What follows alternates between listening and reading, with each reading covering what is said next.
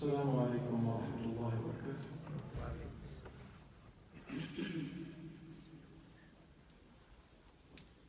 الله أكبر الله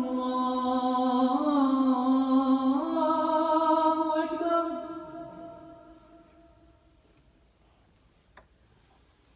الله أكبر الله أكبر أشهد أن لا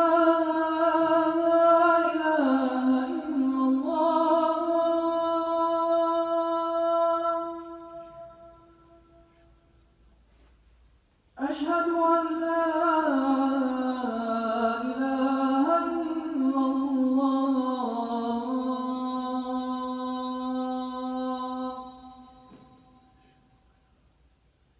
أشهد أن محمدًا رسول الله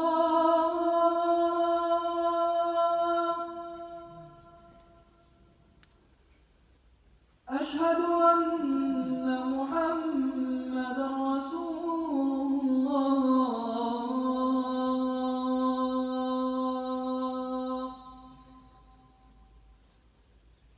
حي على الصلاة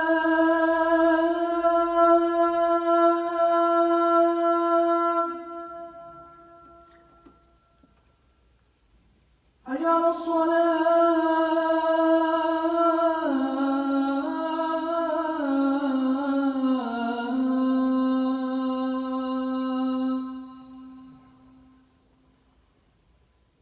حي على الفلاح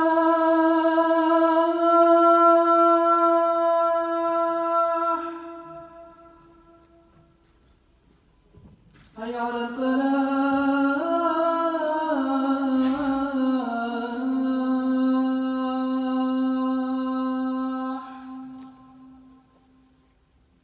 الله أكبر الله أكبر لا إله إلا الله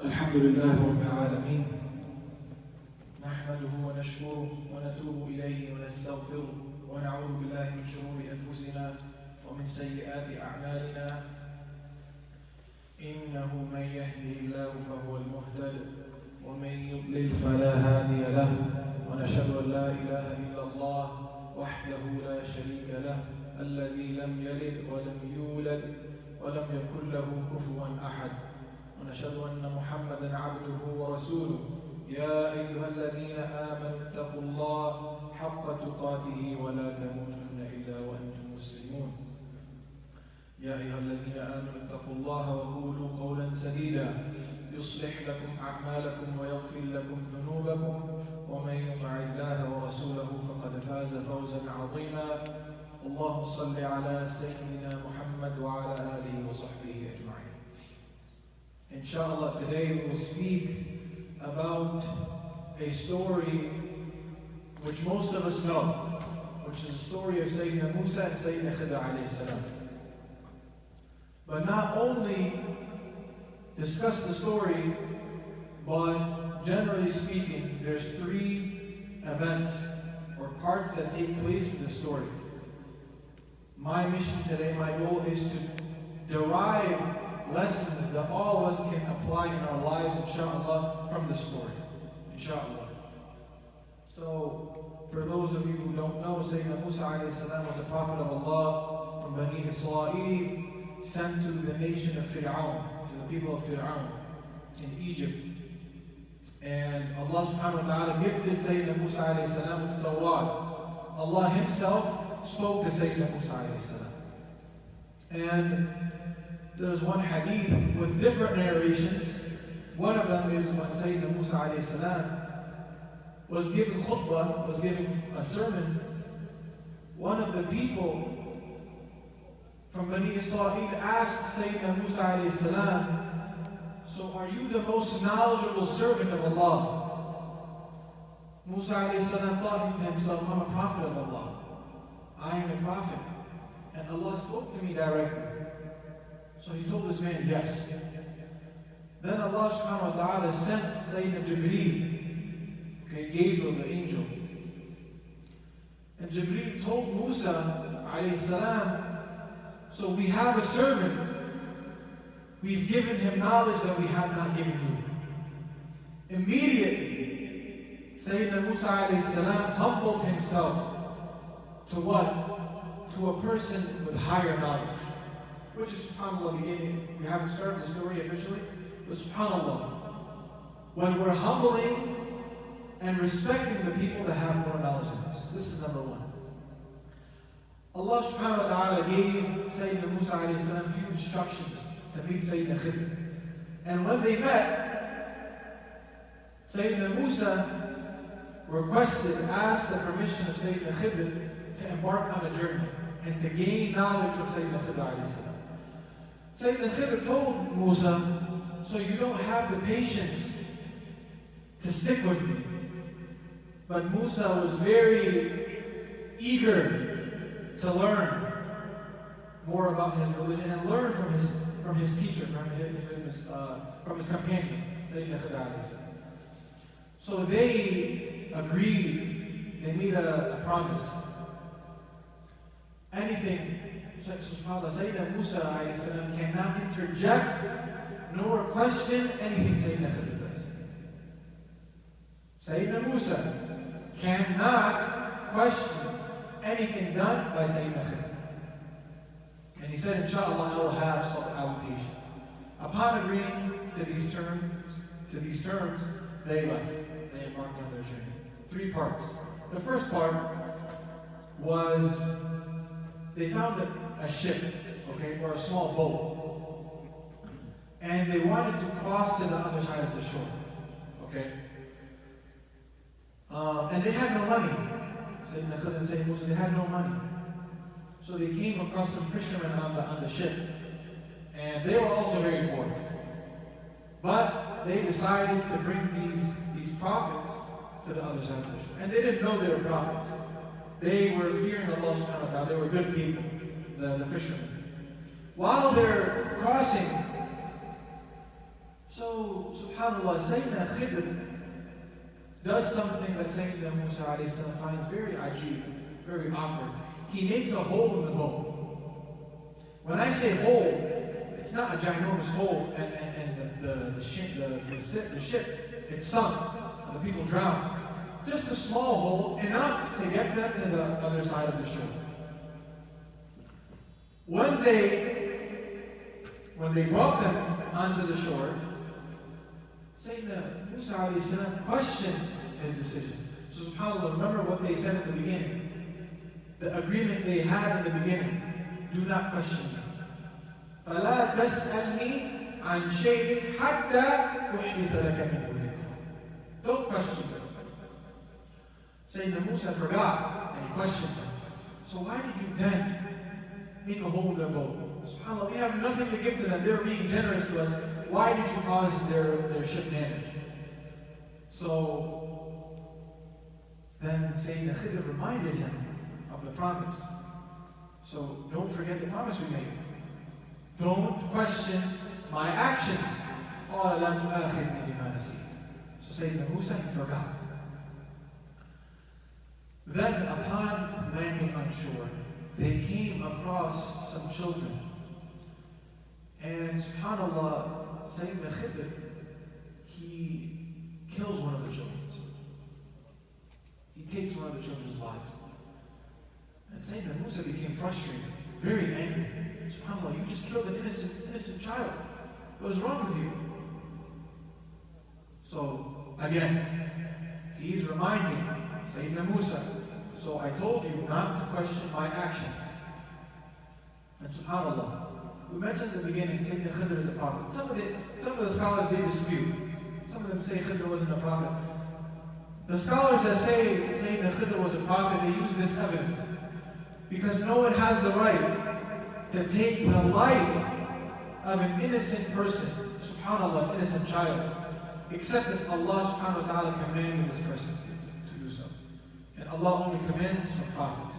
So this is the daleel, the evidence that this group of scholars use to prove that Sayyidina Khidr, he was a prophet from Allah subhanahu wa ta'ala, prophet of Allah.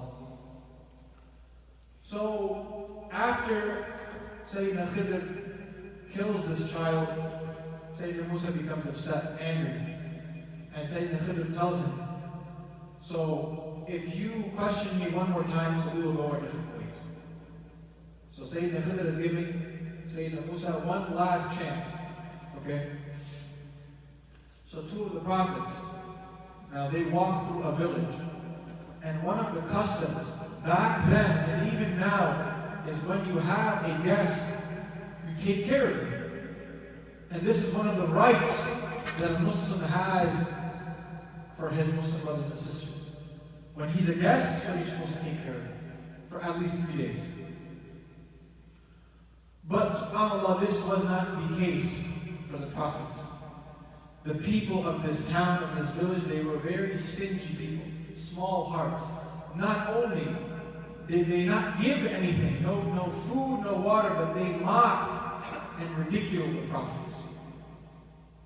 When they were walking, Sayyidina Khidr, he saw a wall that the structure of the wall was very weak and it was about to fall down on this garden. So Sayyidina Khidr, he reconstructed the wall and he fixed the wall.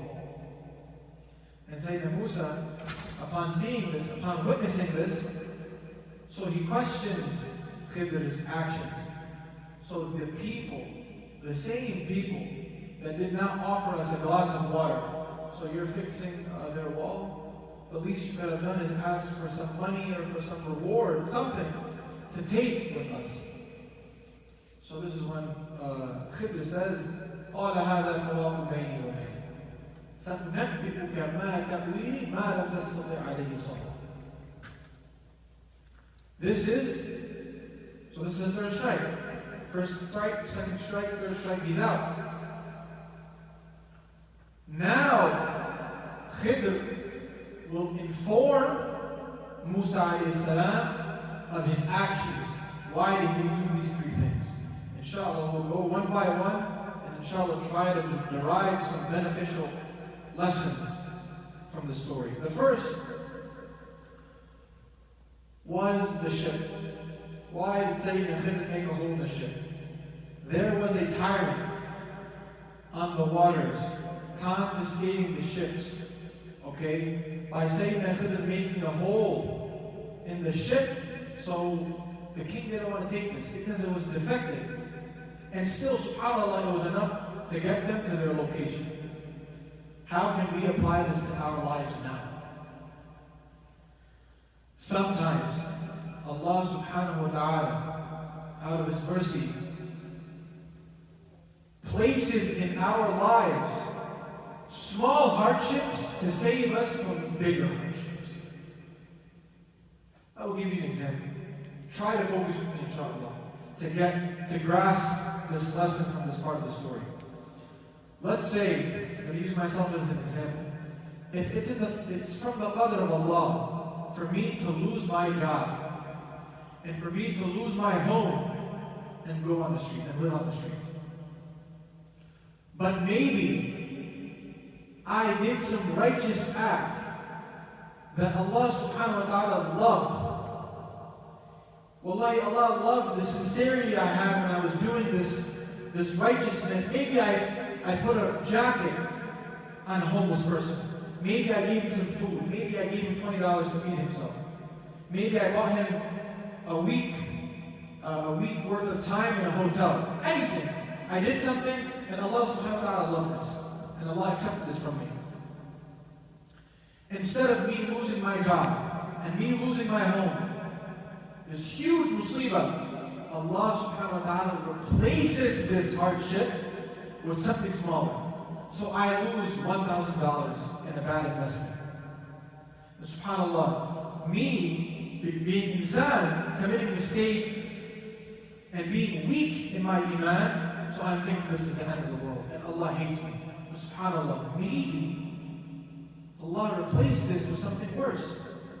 So what's worse, losing $1,000 or losing your home and your job and being on the streets? So of course the $1,000. So now, bringing it back to the first part of the story. What is worse?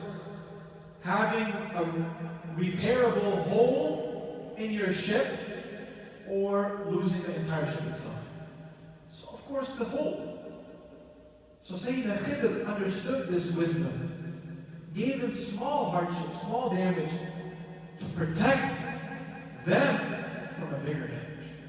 So maybe Allah subhanahu wa ta'ala will place in your life a small test.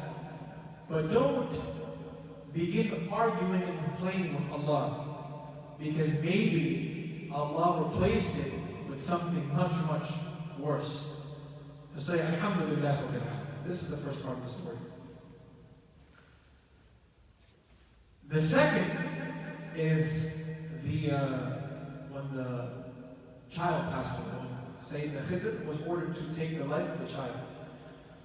And of course, my brothers and sisters, the worst thing a human being, or one of the worst, and maybe even the worst thing, one of the worst things that a human being can go through, can suffer in this life, is losing his or her child. The most painful thing, one of the most painful things. May Allah subhanahu wa ta'ala make it easy for us and protect us, inshallah. The parents of this child, they were very righteous people, very God-fearing people. And this child would actually grow up to be an enemy of Allah. He would curse Allah. He would curse his parents. And I would like to ask a question. And think and ponder about this question. What is worse? Losing a child, a good child. You have nothing but good memories of this child. Is this worse? Or raising a child and he's cursing Allah. He's cursing you. He's disobeying you. He's disobeying Allah subhanahu wa ta'ala. You're watching him and his corruption increase every day, and there is not a single thing you can do about it. In my opinion, wallahi, the second one is worse. Because at least the other child, you have something good to remember by this child. The second situation, the second example, the child is alive, but nothing the child is doing is making you have sakina in your heart. Peace, tranquility, proudness of your child. It's all disappointment. This is the wisdom behind why this child was taken from their parents. And the lesson we derive from this, my brothers and sisters, what did Allah do after He took this child? Allah subhanahu wa ta'ala, from His mercy, from His rahmah, replaced this child with a righteous child. Allah never takes something away except that He replaces it with something better. Some advice I have to give myself, and this applies to the younger generation, my younger brothers and sisters. You know, the number one thing that the youth of America, Muslim youth of America, they struggle with is, like unlawful relationships. The way brothers are dealing with sisters and vice versa. This is probably the biggest and most difficult thing that the youth, they have to go through while living in a Muslim country. And we're all prone to it. No one's perfect, even I'm prone to it. We all make mistakes, and Allah subhanahu wa ta'ala help us, inshallah. The only message and advice I give to myself and my beloved youth is that if we are able to sacrifice something that's unlawful for the sake of Allah, wallahi, it's from the promise of Allah and the promise of Rasulullah sallallahu alaihi wasallam. Allah will replace it with something different. And this is something, it's unfortunately our parents, some of our parents, they don't understand. When a brother has feelings for a sister or vice versa, it's difficult because they're invested in this person. But know this, my message to anyone who's going through this, Put this in the back of your head. If you are able to sacrifice this, and Allah knows how difficult it is. It doesn't matter if other people think it's difficult. If your mother thinks it's difficult, or if your father, if the people in your community think it's difficult. Allah knows the hardship that's in your heart. If you can sacrifice something unlawful for this, I'm talking about for this specific, or anything else, if you can sacrifice this for the sake of Allah, Allah promises you and us that He will replace it with something better. And inshallah, He will replace it with something better like He did for these parents. Sometimes we want more children, but maybe if Allah gives us more children, so there will be a fitna, a trial that we will not be able to overcome. Coming to the third part, the final incident of the story, is about the wall that was about to collapse in the garden. This belonged to two orphans, okay? Their father had passed away, وَكَانَ أَبُوهُمَا صَالِحًا, and their father was a very righteous person. And Ibn Kathir mentions for this ayah, وَكَانَ أَبُوهُمَا صَالِحًا, it goes back 7 generations. 7 generations, subhanAllah. Their father had buried a treasure for the 2 boys. Meanwhile, the mother of these two boys was making dua to Allah subhanahu wa ta'ala. Because they were poor. Life for a woman back then without her husband was difficult. Because it was unsafe for a woman to travel by herself. They were getting raped, kidnapped. So back then, life was very, very difficult without your husband. Which is the reason why Rasulullah ﷺ, he married more than one wife. Okay, this is off topic, but this is one of the wisdoms of why Rasulullah ﷺ had more than one wife. Because some of their husbands, they were going out for jihad, and they were dying. And the wives had no one to take care of them, so Rasulullah would marry them and take care of these women. The mother was making dua to Allah subhanahu wa ta'ala. Ya Allah, give me wealth so I can raise these children in a manner that their father would approve of. Allah subhanahu wa ta'ala delayed her dua. So think about it. If Allah accepted her dua when she deemed it appropriate, if the wall had collapsed and the treasure was seen, so she would have been able to see it. Technically, Allah would have responded to her dua. But technically, no. Because she would have been able to see the treasure. But we mentioned in the beginning that the people, the government of the town, they were very stingy people. Do you really think if they heard that there's a treasure in their town, they would let her keep it? So they would confiscate it. So Allah subhanahu wa ta'ala delayed her dua until the 2 boys became strong men and they found the treasure by themselves. What can we take from this story? One of our problems, the entire Muslim nation, we have, when we call out to Allah subhanahu wa ta'ala, we demand Allah accept our invocation right away, on our terms. But this is not how it works. This is not how dua works. If Allah accepted her dua at the time she felt appropriate, is Allah really accepting her dua? She would have seen the money or the treasure, but it wouldn't be hers to keep. So Allah delayed it and gave it to her and answered her dua 110% at the time He deemed appropriate. We're making dua to Allah for certain things. These certain things might not be good for us.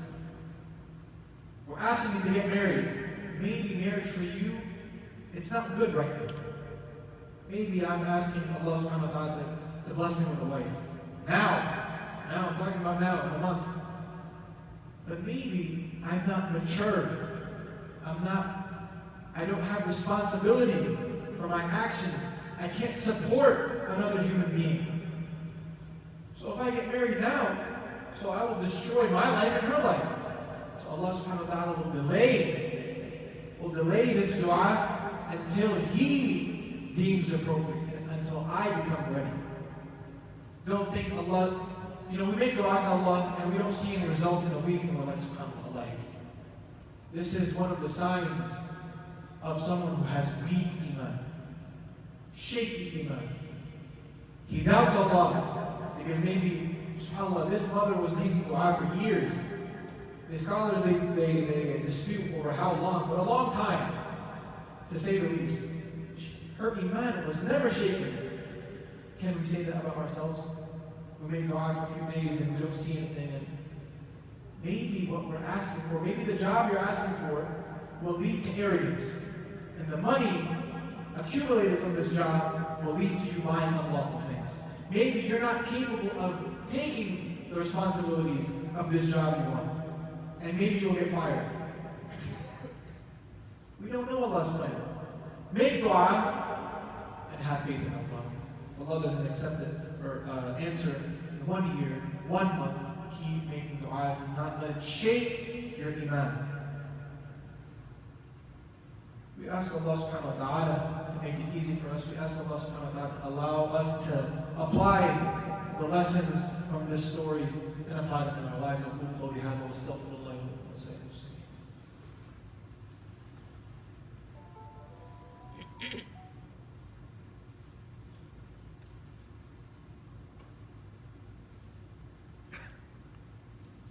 Alhamdulillah Rabbil Alameen, wassalatu wassalamu ala Sayyidina Rasulullah wa ala alihi wa sahbihi ajma'in.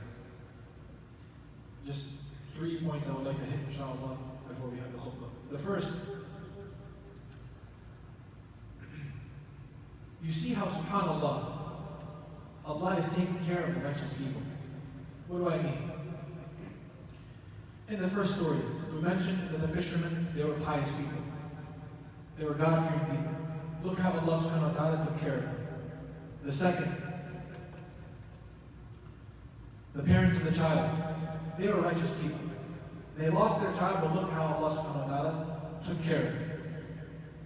Protected their future, safeguarded their future. And the last, وَكَانَ أَبُوهُمَا صَالِحًا. Their father was a righteous man. Look how Allah subhanahu wa ta'ala took care of the children and the mother. There's a theme and a pattern we're seeing in the story. Allah subhanahu wa ta'ala is on the side of the believers. Allah subhanahu wa ta'ala is taking care of the salihin, of the righteous people. Be salih, be from salihin, from the righteous people. Allah will take care of you, like He did with the 3 people. We have repeated this statement countless times, and I will keep repeating it. Hardship, the purpose of hardship is not from Allah. He gains pleasure from us in hardship. The hardship is to bring us closer to Allah and to raise our rankings. The hardship, it can either be a blessing or adab. It can be hidayah or adab. How do we know which one is which? Brothers, keep your masks over your nose, inshallah. How can we tell the difference? If there's hardship in your life, and you find yourself coming closer to Allah, and your iman is becoming stronger, my brothers and sisters, know this is a blessing from Allah subhanahu wa ta'ala. But if Allah places in your life hardship, and you find yourself distancing from Allah, and you have your iman is weakening, so know this is adab from Allah subhanahu wa ta'ala. It's the reaction that Allah is noticing at the time of hardship. Will He come closer or farther away? I'll give you one last hadith. The one who says this dua, Allahu Rabbi la sharika lah. Allah is my Lord without any partners. At the time of hardship, Allah promises to remove His hardship. The one who praises Allah subhanahu wa ta'ala at the time of hardship, Allah will forgive all of his sins. Like subhanAllah, the day he was born from his mother. Like a baby. This jaza, this reward is promised for the ones who worship and praise Allah at the time of bad, at the time of hardship. Remember, my brothers and sisters, the greatest blessing in this life, it's the blessing of Iman and the blessing of Islam. If you have Allah, wallahi, you have everything in this life and the akhirah. But wallahi, if you do not have Allah, you have nothing in this life and the hereafter. If you have Allah, you will be a winner in this life and the hereafter. And if you don't have Allah, you will be a loser in this life and the hereafter. And we ask Allah subhanahu wa ta'ala to make us amongst the winners in this life and the hereafter. We ask Allah subhanahu wa ta'ala to instill us of qualities like Sayyidina Khidr alayhi salam and Sayyidina Musa alayhi salam, all the prophets. We ask Allah subhanahu wa ta'ala to keep us firm in patience at the time of hardship. Allahumma rabbana atina fid dunya hasana wa fil akhirati hasana wa qina adhab an-nar. Allahumma inna nas'aluka al-jannata al-firdaus wa na'udhu bika min an-nar. Wa sallallahu ala sayyidina Muhammad wa ala alihi wa sahbihi ajma'in. Before we pray, try inshallah to donate as much as you can for our brothers and sisters in Sudan with the flood. And please remember our son Mu'adh. I'm mentioning him every week. Please make dua for him. الله أكبر الله أكبر أشهد أن لا إله إلا الله أشهد أن محمدا رسول الله حي على الصلاة حي على الفلاح قد قامت الصلاة قد قامت الصلاة الله أكبر لا إله إلا الله لا إله إلا الله استقيموا الله أكبر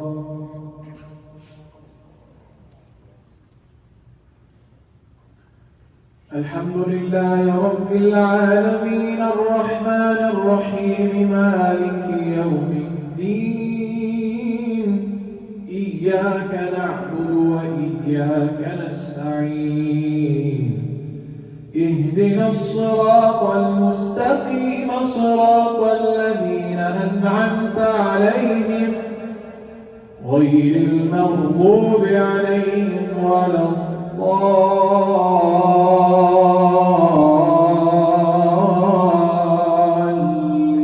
الضالين آمين. فوجدا عبدا من عبادنا آتيناه رحمة من عندنا وعلمناه من لدنا علما قال له موسى هل أتبعك على أن تعلمني مما علمت رشدا قال إنك لن تستطيع معي صبرا وكيف تصبر على ما لم تحط به خبرا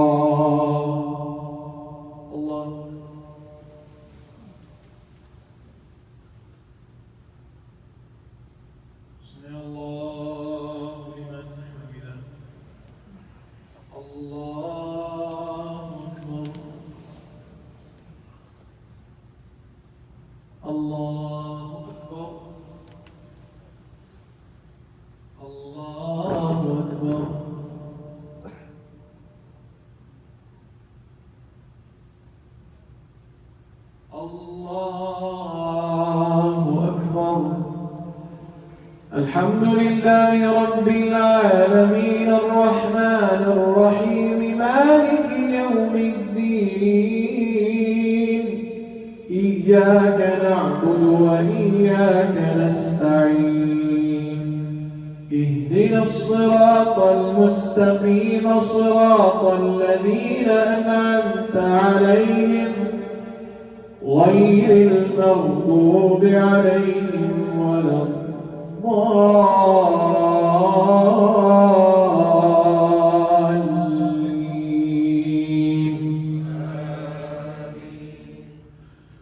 قال ستجدون ستجدني إن شاء الله صابرا ولا أعصي لك أمرا.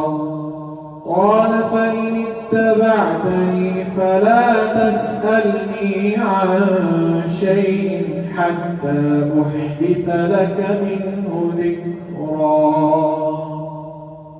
الله.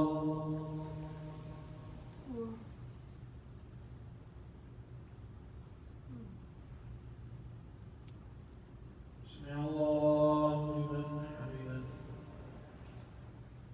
الله أكبر.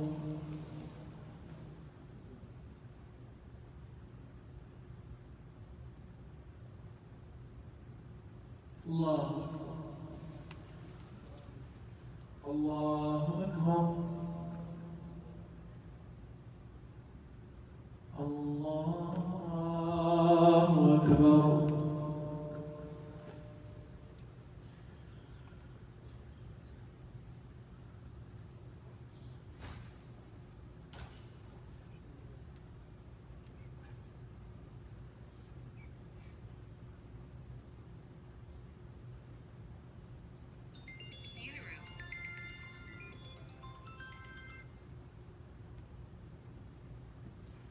السلام عليكم ورحمة الله. السلام عليكم ورحمة الله.